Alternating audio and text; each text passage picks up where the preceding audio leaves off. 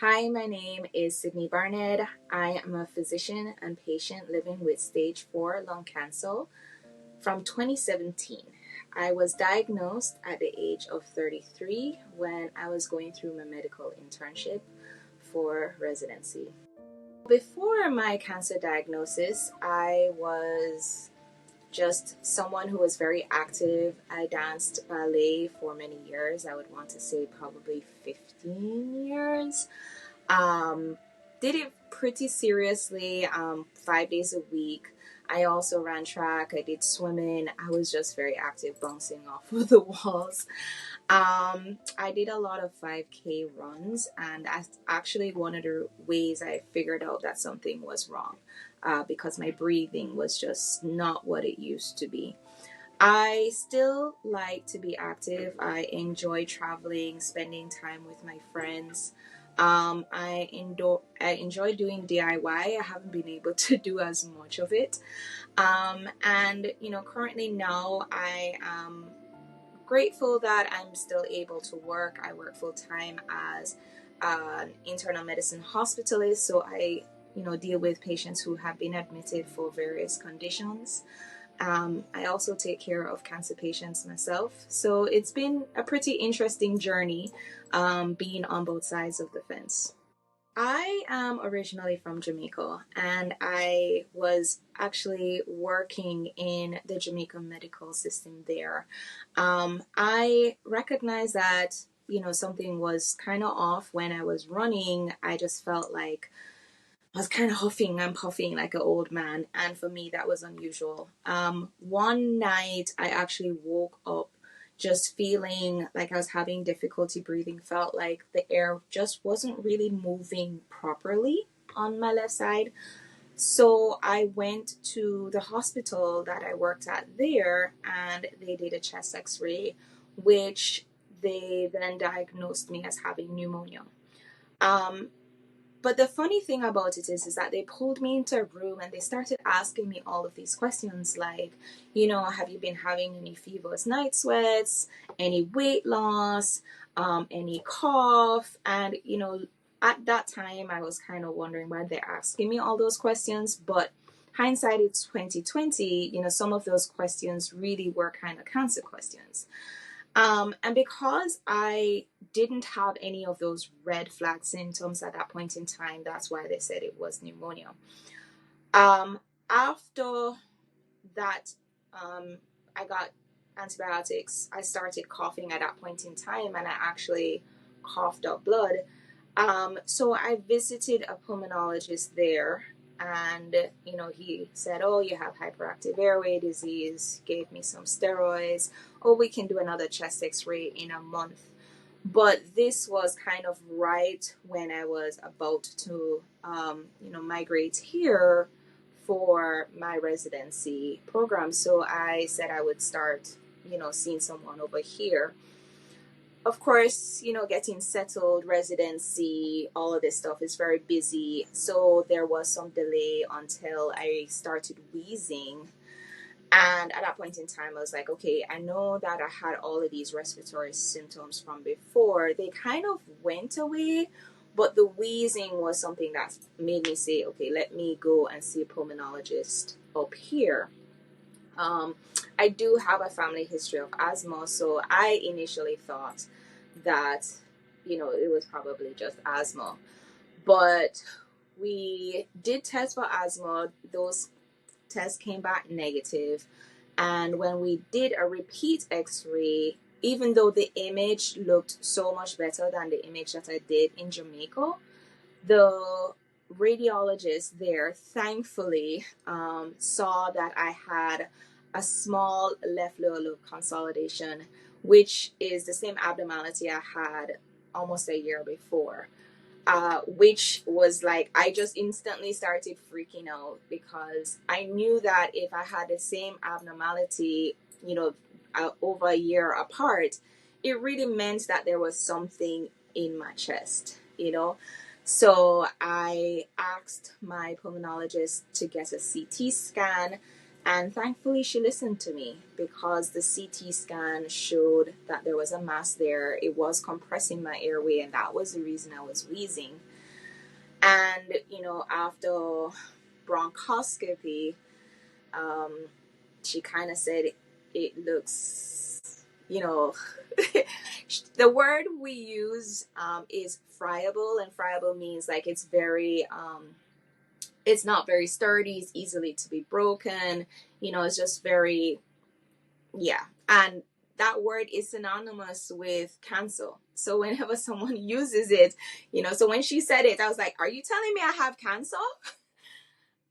So it was just kind of just crazy because when I was a kid, I don't know, I had watched a funeral on TV, and they had said that the person died from lung cancer because he was a heavy smoker. So that kind of triggered into my head. So anybody who I knew smoked, I would scold them. I would actually be pretty obnoxious. Like, why are you, smoking that? Don't you know that smoking causes lung cancer? Why are you sucking on those cancer sticks?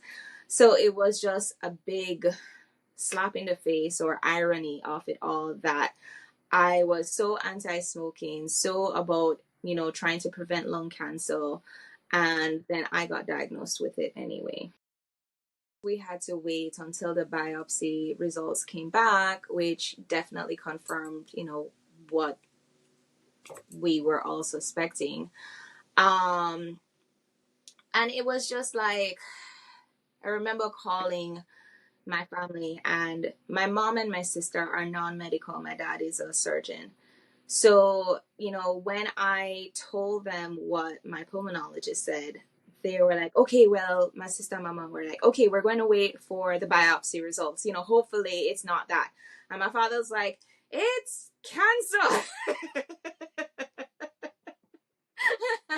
Because, of course, he's like me. He knows what friable means, And it was just like my sister, it was in February, and my sister's birthday is in February. My sister lives in Trinidad. And she literally went, found a ticket, flew up here, like probably the following day. So we actually ended up spending her birthday up here, even though I was going through my whole diagnosis. And for me, that was just, it's just my sister and I, and we're close. And I appreciated the fact that she was just willing to drop everything and come. But it was just like, I did everything right. I worked out. I didn't eat, junk food. I'm not going to say that I don't have it any once in a while, but, I ate pretty healthily. I worked out. I did 5K runs, like I kept myself pretty well. I avoided cigarette smoke. I avoided smoking in general. I would drink, but, just socially. So for me, I was like, I did everything that I could have done to prevent this.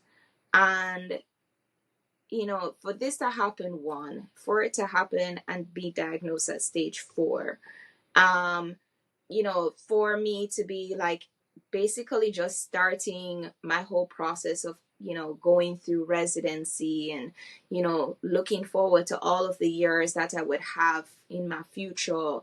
I had just started dating my then boyfriend, now husband, um and he had helped me move to the States. He was up visiting, so he was supposed to go back to Jamaica, so we were doing long distance, and I got diagnosed when he was up here.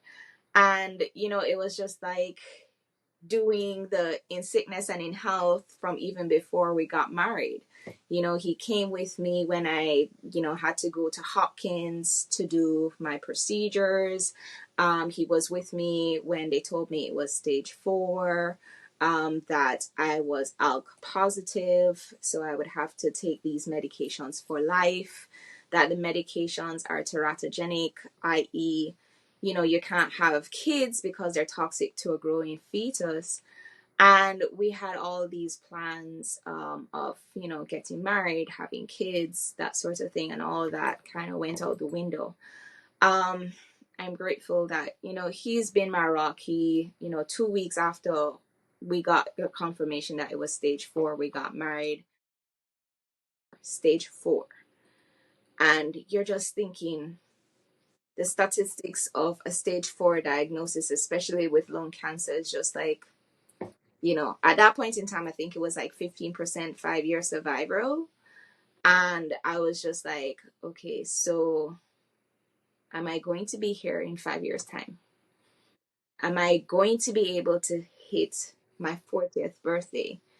It's kind of like all of those different questions that at that point in time, I just couldn't have known that my life would have, thankfully been the way it has been. When I was diagnosed, it was still pretty early in the whole biomarker testing, much less in Jamaica, where, you know, yes, we do have oncologists and we have chemotherapy, but the biomarker testing, we do not have that. So we have to actually send the sample to Miami, right? Um, the medications are also, very expensive. So even if you have health insurance, I don't know if they're covered by health insurance there.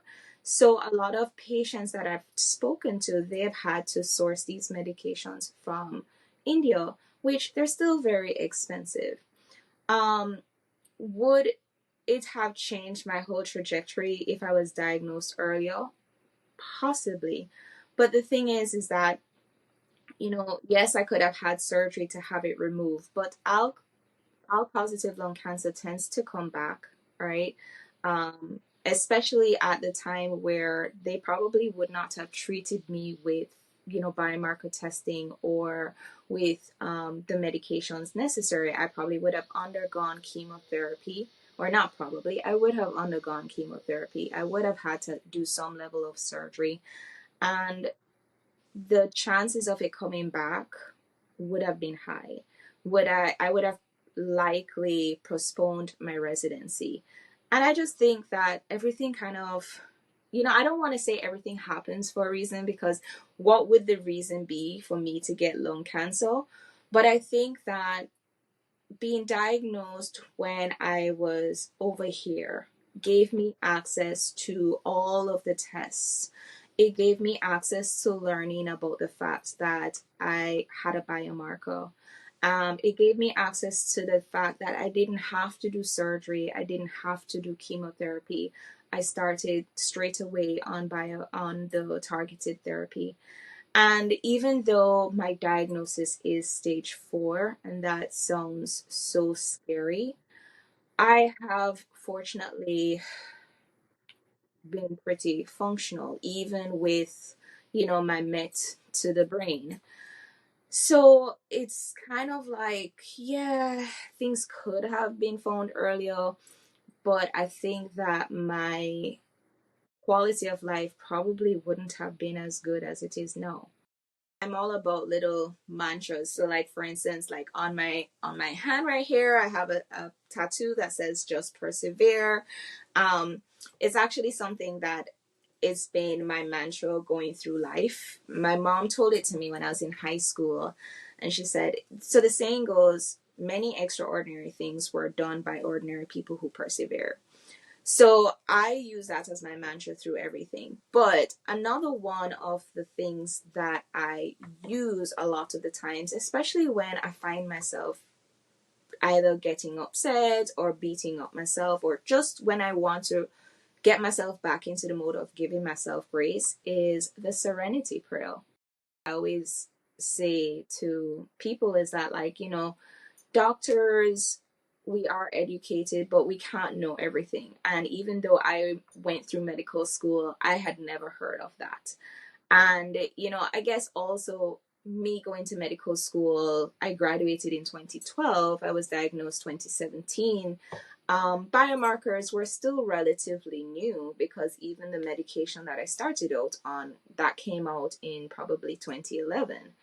So it's still, medicine is always evolving. And I think that that is the thing that patients need to also recognize is that, unless a provider, and they should be keeping on top of things, but if they're not necessarily in that field, they can't keep on top of everything. So it's like, for instance, some of the primary care doctors, they have to know so much, right? So of course their knowledge base is very broad, but it cannot be very deep because we're only human, we're not robots. I have definitely learned the patient side that providers think that they communicate, but they don't communicate properly. Oh my God. So because of that, I now break things down. Like I always say, okay, Sydney, talk to a patient like they are 5 years old, not like to be condescending, but I explain everything, right? And because of that, I've gotten told many times over, oh my God, thank you for explaining that. I really understand what you're talking about now. And I find it sad because some of the times I'm explaining things from a patient's condition that they've had this condition for years, and I'm now explaining it to them in a way that they actually finally understand what's going on within their body. And I think that that is one of the main takeaways that I've had from this diagnosis is that because a lot of physicians, I mean, yes, we are human, we have conditions, but sometimes it's like they just don't get it. Being diagnosed with something that's serious, that's not in their field. So they're not aware of all of the things in that field. It really pushes you into that patient perspective. When I was diagnosed, because of the biomarker, because they found out I was ALK, they initially wanted to start me on, a particular drug. At that point in time, that drug was proven to be better because it did protect the brain. But because of the fact that it still had not moved from second line to first line at that point in time, the insurance companies denied it, and I had to go on the first line drug, which everyone knows is an inferior drug. It does not protect the blood. It doesn't cross the blood brain barrier, so it doesn't penetrate into the brain. We have a lining around our brain to protect our brain from toxins, and depending on the size of the drug, it won't be able to actually get into the brain to protect the brain from cancer. So it was always a watch and see and wait for for that to happen. Unfortunately, it kind of sounds bad to say, but it was kind of like I had to fail that drug before I was able to move to the other drug. Um, I actually had a very good response to that drug. That drug, usually most people end up getting, progression after, approximately, 10 months to a year. I was on that drug for 5.5 years. So I actually had a pretty good response. And then, in September of 2022, on routine MRI, they saw that I had 3 brain mets. And, that kind of said, okay, well, we know what the plan is. And they, switched me to the other drug. So I've been on that drug for the past, I would say, 2.5, actually 2 years, actually 2 years. My identity definitely shifted. I find that I was always pretty carefree, kind of go with the flow, which I still am. I I plan a little bit more. I'm not going to, basically make it seem like I'm a great planner.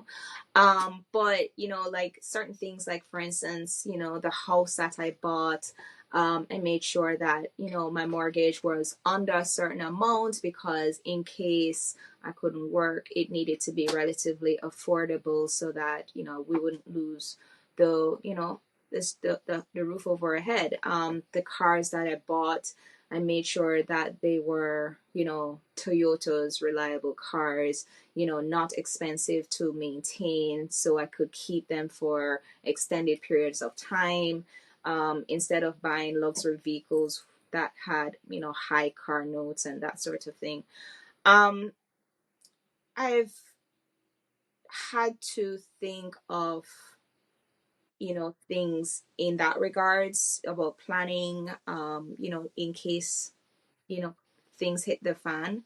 But at the same time, it's like I don't want to always be in crisis mode up here. So, I go and I travel with my friends, and, I like to be outdoors. So, I'll go to like Cabo or go to Dallas, and, just try to explore different places. I right now I'm trying to, learn more about nutrition and personal training so that I can keep myself fit and exercise. Next year I have a couple trips to Spanish speaking countries, so the plan is to try and see how I can brush up on my Spanish. I think that right now it's kind of like, yes, I may not necessarily have 20 years. Who can tell you? But a normal person who doesn't have this diagnosis doesn't always have 20 years promised either. So it's really about just enjoying the time that you have now, and I am trying my best to do that. I'm not, always great at it. Sometimes, you do think about other things, or you have all of these things that you want to do, but I think that for me, having goals helps.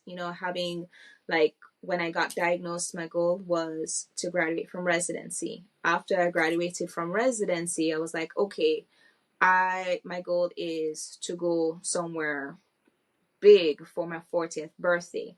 And we went to Bali for my birthday.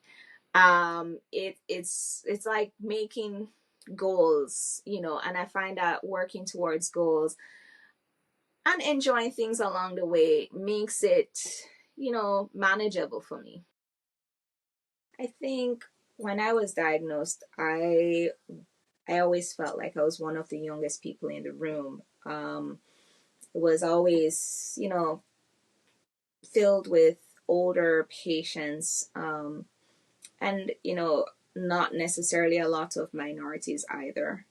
Um, Now, it's unfortunate that they have had to be diagnosed with lung cancer, but I'm glad that so many more younger faces are coming into the advocacy space to show that, lung cancer is evolving, it is changing, and we need to get rid of this stigma. I've had, too many times to count, when I tell someone of my diagnosis, the first question is, oh, did you smoke? And, the answer is always no, but should that matter? The thing is I find that there is a general lack of empathy for lung cancer patients, and that's what translates into the resources that lung cancer patients have, the facts that the research is underfunded, even though it is the number one cancer killer of both men and women. And I think that having younger and younger faces come up and show that anyone with lungs can get lung cancer, then that will help to kind of break this stigma down so that we can get, the awareness that we deserve. I tell people about my diagnosis because, what, not to sound morbid or anything, but if my light is not going to shine for very long, it's going to shine very bright. And I feel like people can learn from my diagnosis and my life. And I feel like if more people come into the advocacy space, because that's really what we need right now, we need the bodies.